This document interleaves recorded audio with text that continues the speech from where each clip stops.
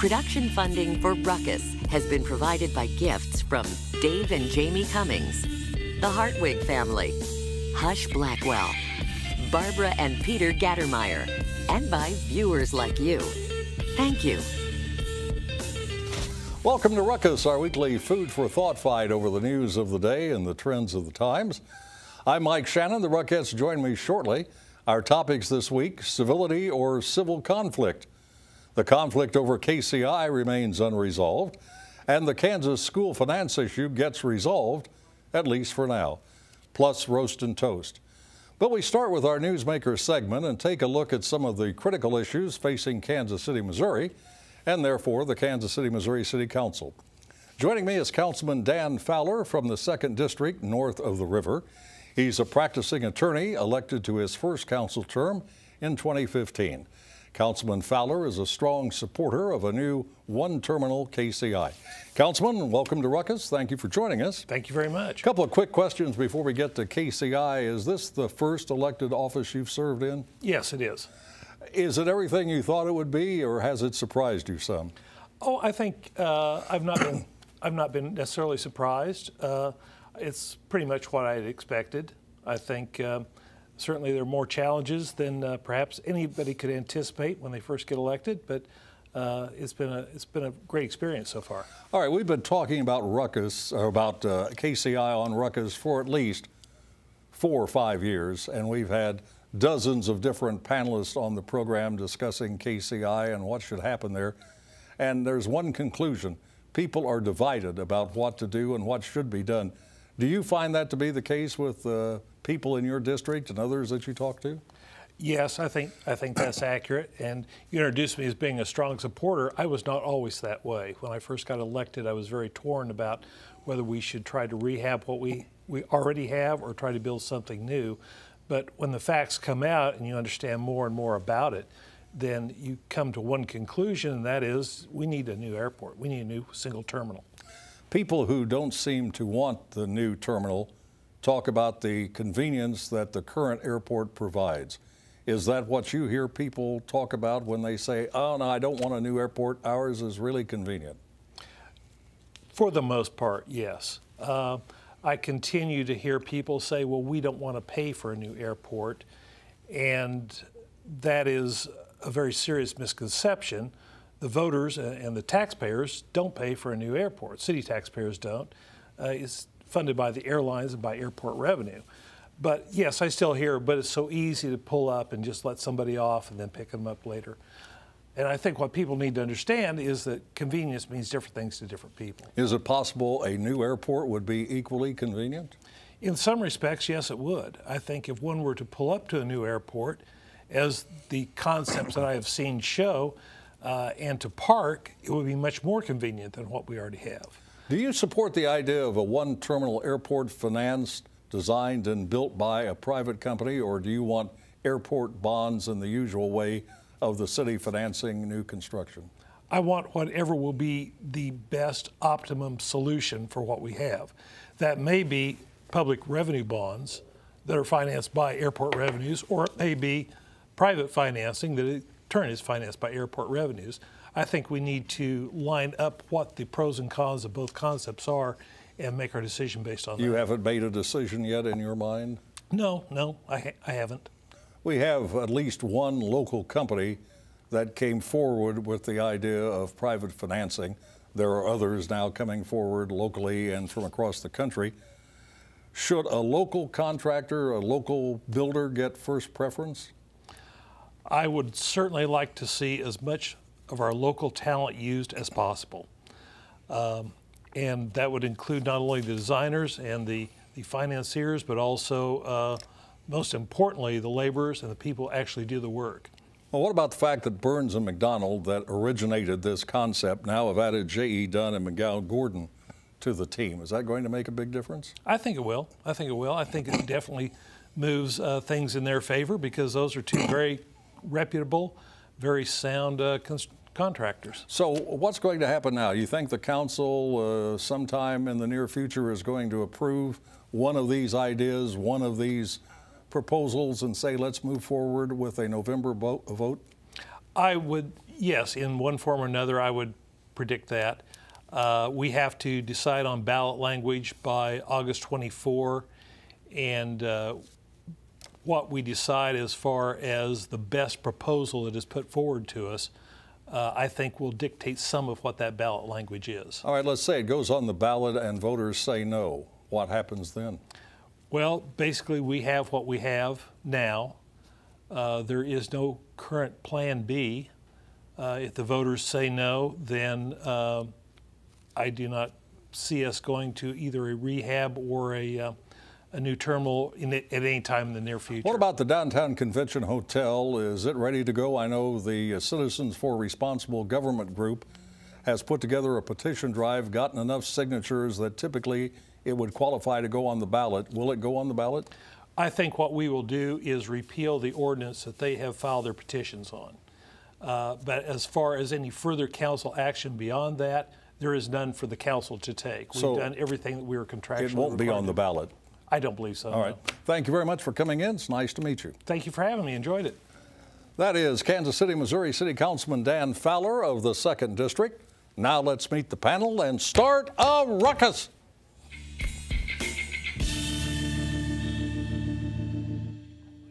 Denidre Herbert is the managing editor of the Sentinel, a conservative website covering Missouri and Kansas news.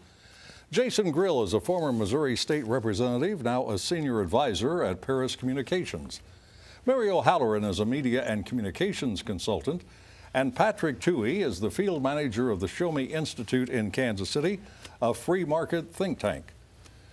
Well, while there's serious concern about the political divisions nationwide that we will discuss later, let's start with the continuing divisions in the metro area over the future of Kansas City International. The council is seeking applications from companies willing to privately finance and build a one-terminal, $1 billion airport.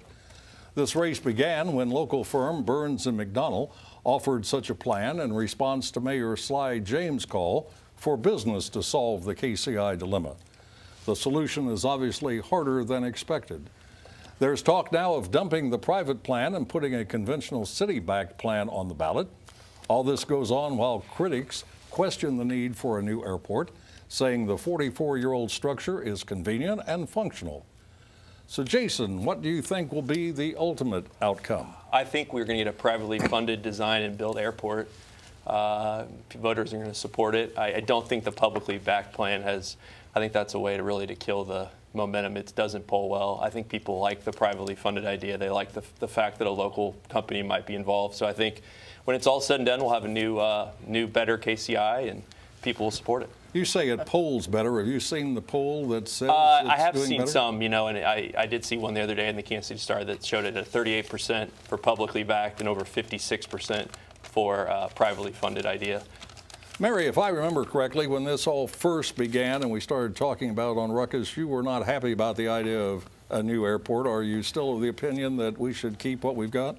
Well, what I wasn't happy about first was the city director of aviation saying, you will have a new airport whether you like it or not. That was when ordinary people, Jason, were saying, we don't want a new airport. We go ahead and have a new airport, but we want one whose primary design is for the users of the airport, the consumers, the people of this region first, and the airlines second. I understand what the airlines want. They want a straight line that goes 50 miles out to the west of the current location. But the design of our airport, it was unique when it was built. And it's still remarkably functional. You want to stay with what we have, not go to a new one. I want a redesigned and renovated airport. Denidre. This is the best airport I have said this before, I think on the show. I was a flight attendant for several years after college. This is the best airport in the country, in my opinion, for people who originate and in their trips here. It doesn't make any sense to build an airport for the people who are passing through. The people who live here are the ones who are going to use it the most. Nobody wants to spend all day hanging out in an airport. It's not the most comfortable place. What about flights, though? What about more direct flights? Oh, here's the thing. When we lose flights, we don't rebuild. I think this is the idea that it's some sort of, if we build it, they will come. And it doesn't work that way. The best airports, the biggest airports, expanded when the flights arrived first, not backwards. I mean, we can build a beautiful, glorious airport, but if the flights don't come, what's the point? And the flights are based on passenger counts and them making money, not on whether or not the seats are comfortable. And those are going up right now. Well, Patrick, what do free market think tank people think about this airport idea? Awful. Of course they think it's awful.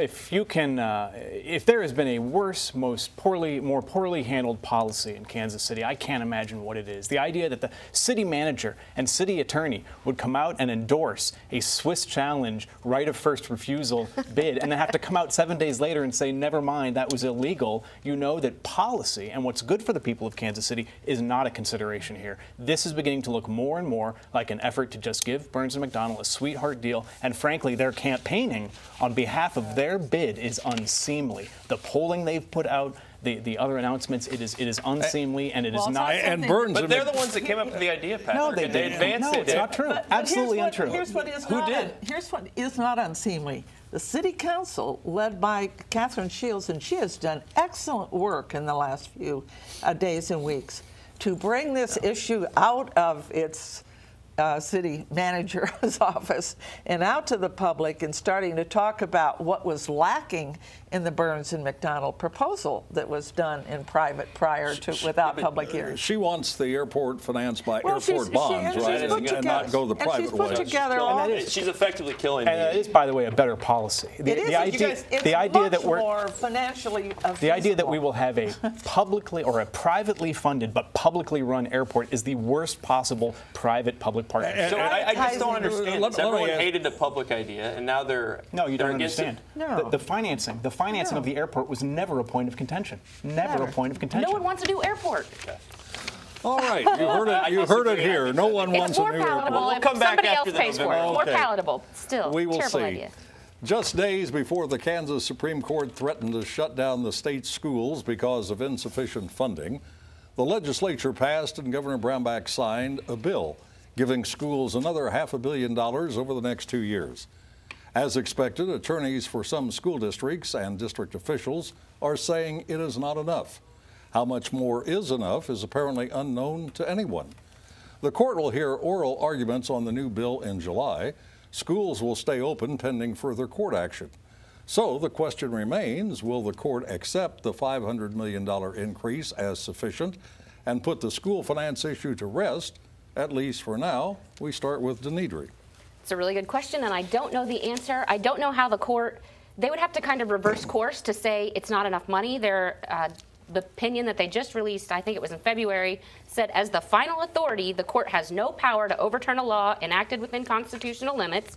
And they said, regardless of the source or amount of funding, total spending is not the touchstone for adequacy. So how do they go and say that's not enough money if they've said in their previous opinion 10 minutes ago that the dollar amount They've said isn't the before in determination? court cases it's not enough money and you've got to spend more. But that was like 2 court cases ago. I mean, this is a racket. The word adequacy, not in the Kansas Constitution. The word equitable, not in the Kansas Constitution. We're fighting over words that they put in some opinion somewhere, some other time, that don't even exist. So who knows what they're going to do? The court says the Constitution is vague on this question, but someone has to decide what it means, and the court is the right vehicle, it says, to decide this. Mary, the same question to you.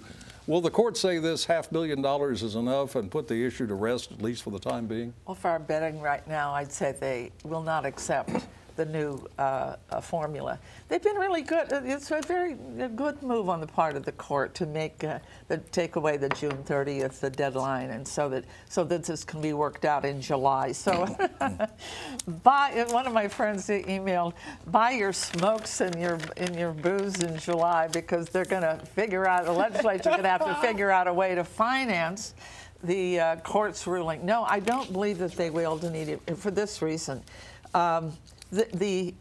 It's an improvement what happened in the closing days of the legislature. Same formula that's However, been repeated repeatedly. What it does not do is even bring the financing of the money behind individual students even up to the point where it was before Sam Brownback started cutting by about $100 per student. So I think it will be, it'll not be accepted. and they will demand more funding.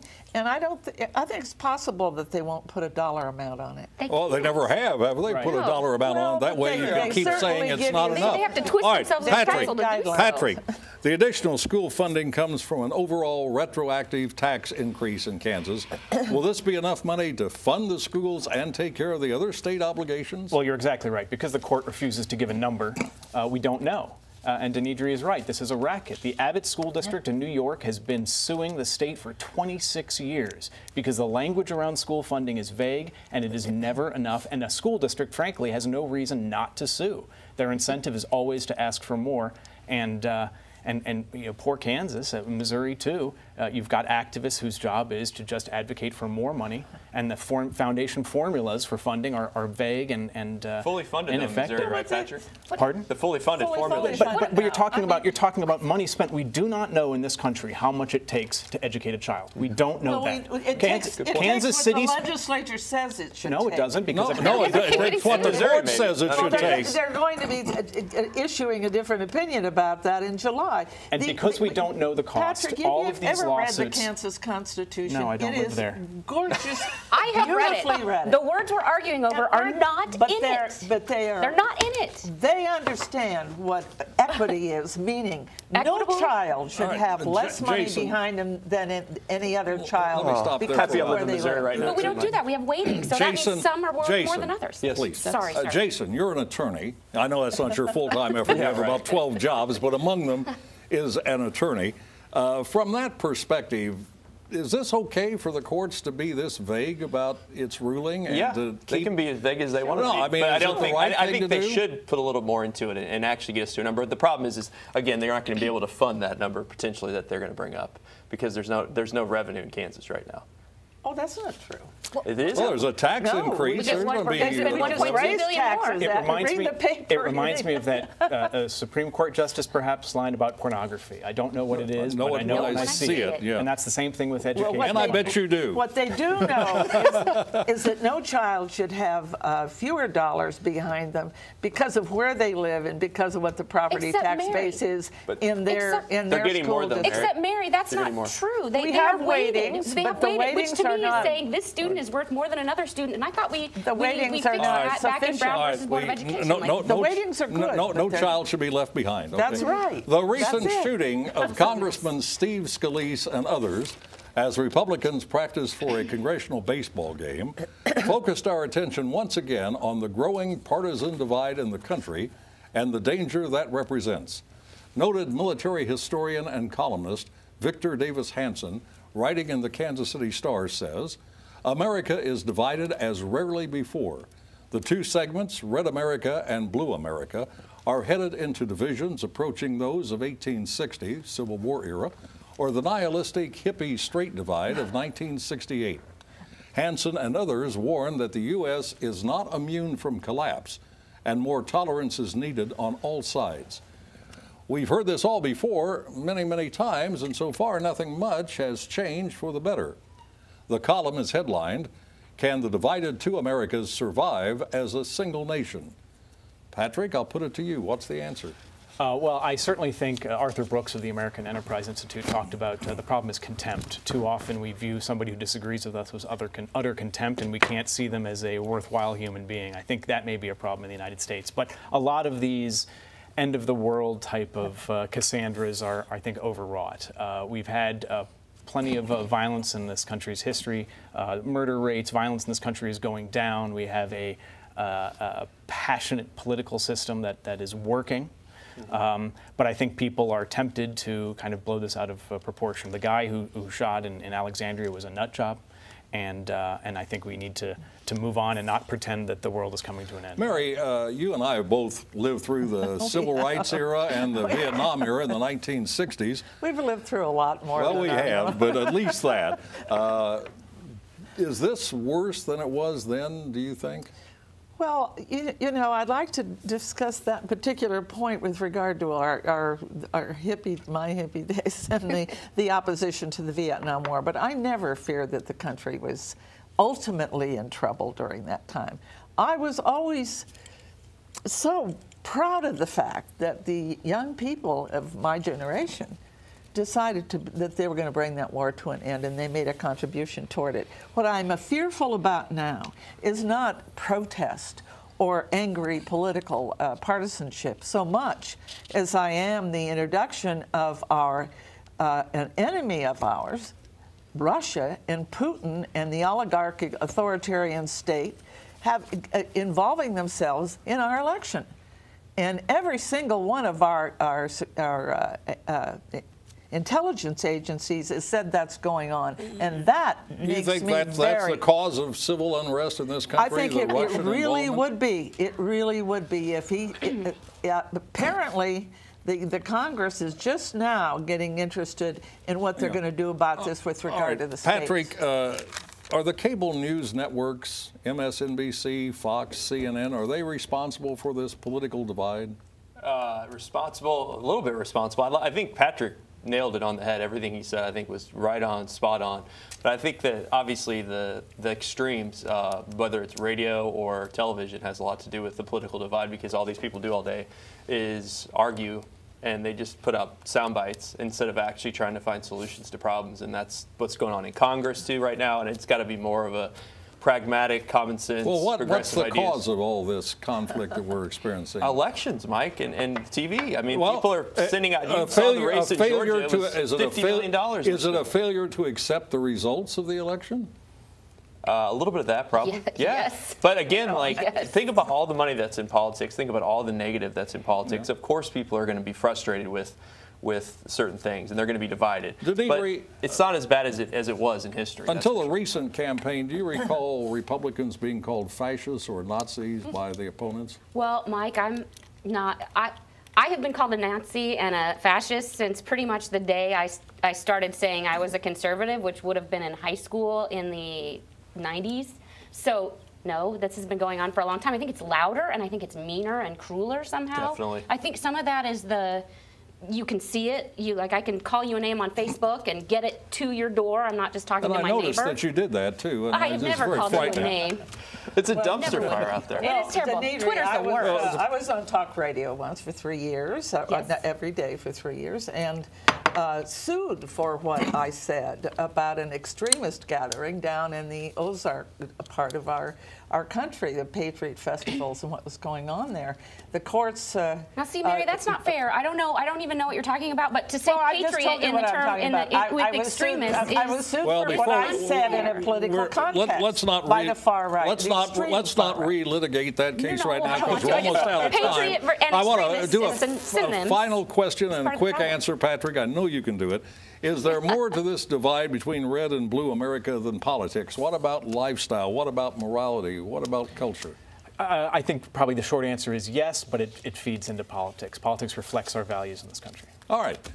Let us now head to the soapbox for Roast and Toast, where the Ruckheads have 30 seconds each to excoriate or exculpate, I love that, people and events in the news. And this time we start with Mary O'Halloran. Oh, a wonderful column in last Sunday's Kansas City Star by Representative Nancy Lusk of Northern Overland Park. She got the real story of what happened in the last session of the legislature. Don't miss it.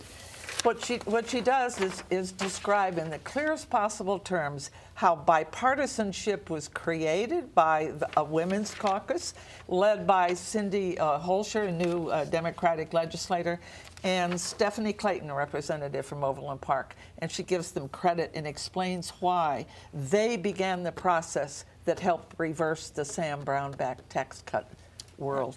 I would like to raise a glass to Mark Tallman, who's actually a lobbyist for the Kansas Association of School Boards. This is a man who spends all of his time in Topeka begging for more money for Kansas schools, and he's been relentless in his efforts. But this week he wrote on his blog, he actually, as opposed to Nancy Lusk, no offense, told the truth about what's been happening in Kansas. His blog points out that Kansas legislature never enacted deep spending cuts. He recommends that school districts now start spending down their cash reserves, an admission that they are sitting on $1.8 billion throughout this whole fight. And finally, he notes that the new tax bill that just passed, the largest tax increase in Kansas history, $1.2 billion, is busted in 2 years. The Kansas budget is busted in 2 years, and he admits that and says Kansas will have to raise taxes in 2 years. Thank you, Mark. My roast is for Kansas City Politico turned developer Mike Burke, who is heading up the downtown convention hotel project that we've been reading about for years now. You would think with $167 million of taxpayer dollars online, Mr. Burke would want to keep the public informed on what's going on, but he doesn't. We don't know the terms, we don't know the investors, and we found out just the other day in the Kansas City Star that Hyatt, which was to be operating the hotel, pulled out weeks ago. I understand that Mr. Burke has a $1 million payday that comes out if this deal goes through, and he has no interest in protecting the taxpayers, but my question is, who is protecting the taxpayers on this convention hotel deal? I want to toast the Major League Baseball and the Major League Baseball Players Association and the Negro Leagues Baseball Museum on the amazing event they put on this week. $1 million donation from Major League Baseball to the Negro Leagues Museum to match Julia Irene Kaufman's bid to them, or donation to them recently. It's a great organization. Kudos to Bob Kendrick for all the work he's doing to make that really a true jewel for the city and for the nation. Kudos to you. All right, and finally, here's a toast to National Review, founded by Bill Buckley, the leading publication of conservative thought in America. Along with conservative commentary, National Review also presents some sharp wit. To wit, from a recent publication, I quote, "Hostile congressmen vow to use any means available to block Trump's outrageous budget plan." And the Democrats are pretty mad, too. And that's Ruckus for this time. We're back next Thursday at 7. Now for the Ruckettes and the crew, Mike Shannon saying thanks for watching and good night.